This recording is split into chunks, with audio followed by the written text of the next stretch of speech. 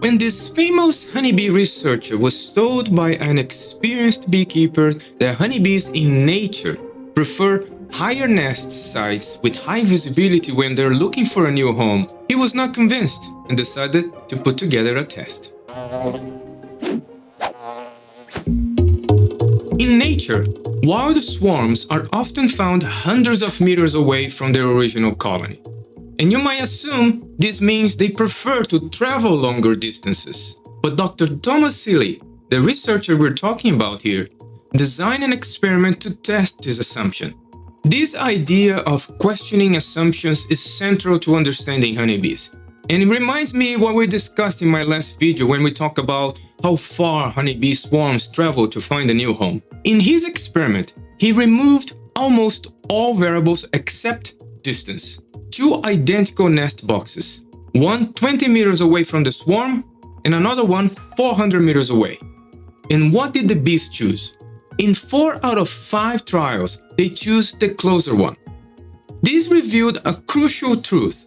Bees prefer the nearest acceptable cavity. The reason they often end up far away in the wild isn't preference for distance, but simply because suitable nest sites close by are rare. It's about scarcity, not choice for distance itself. If you missed the video, please check the description, I'll leave a link there. So the bee's mind isn't fixed on distance, but rather on finding the best available option. But what defines acceptable?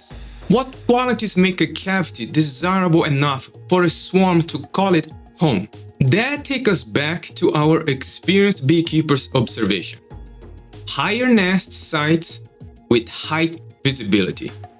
These are properties that bees cannot change once they choose their site. So let's explore if their preferences for height and visibility reveal more about the complex decision-making process of honeybees.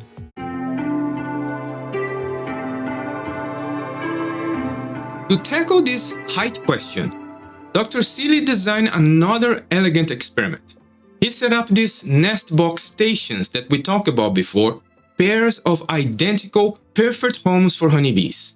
But this time, the only difference between the two boxes in each station was their elevation.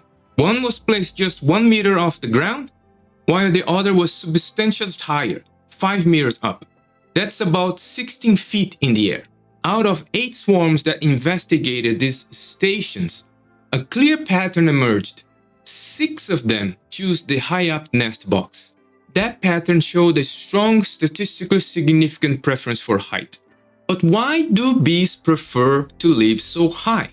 What's the evolutionary advantage for them? Well, a high nest is much harder for predators like badgers, bears, or even ants to reach. It's all about security and survival. Now, that addresses the higher part of the beekeeper's claim. But what about the high visibility? This seems intuitive, right? A visible nest is easy to find. But for a creature that values secrecy and protection from predators, does high visibility truly translate to preference? Or is there something else at play? Dr. Seeley has a hunch, and his next experiment was designed to separate preference from something far more subtle. This time, he focused on how easily scout bees could find the nest site, not just how visible it was once found. He set up pairs of nest boxes again, but controlled for how much the nest boxes themselves stood out.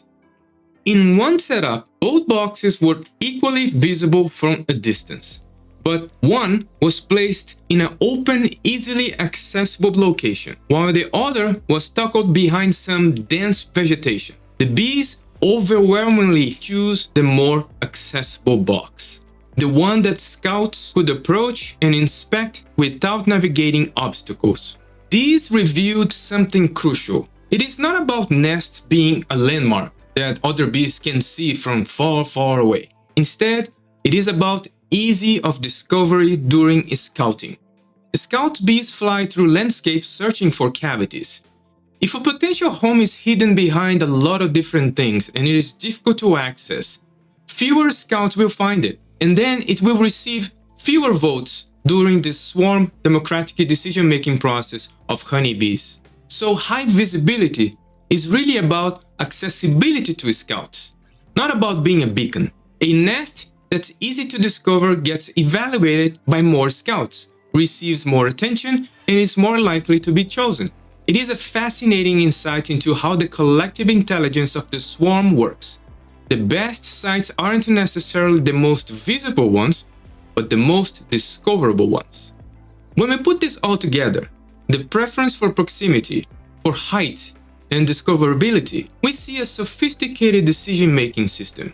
Honeybees are not adjusting for any cavity. They're weighing in multiple factors: safety from predators, ease of finding the site during a critical scouting phase, and minimizing the energy cost of the move. And this all happens through a decentralized process. No single bees make a final decision. Instead, hundreds of scouts inspect potential homes, return to the swarm, and perform waggle dances to advertise their findings. The intensity and duration of these dances reflect the quality of the site. Gradually, a consensus emerges, and the swarm moves to their new home. Dr. Seeley's experiments didn't just confirm what the experienced beekeepers told us. They revealed the why behind it, and in doing so, they opened a window into the remarkable mind of honeybees.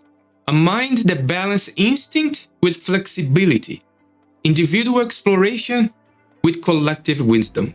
This video series makes me wonder if the design of the new primal beehive would be chosen by bees. Maybe I should test this.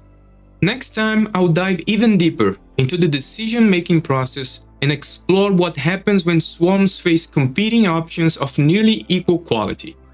How do they break the tie? And what their methods can teach us about making better decisions in our own lives. That being said, I want to thank my newsletter subscribers for their support and you for watching inside the Hive TV, the show about bees. See you guys in the next video.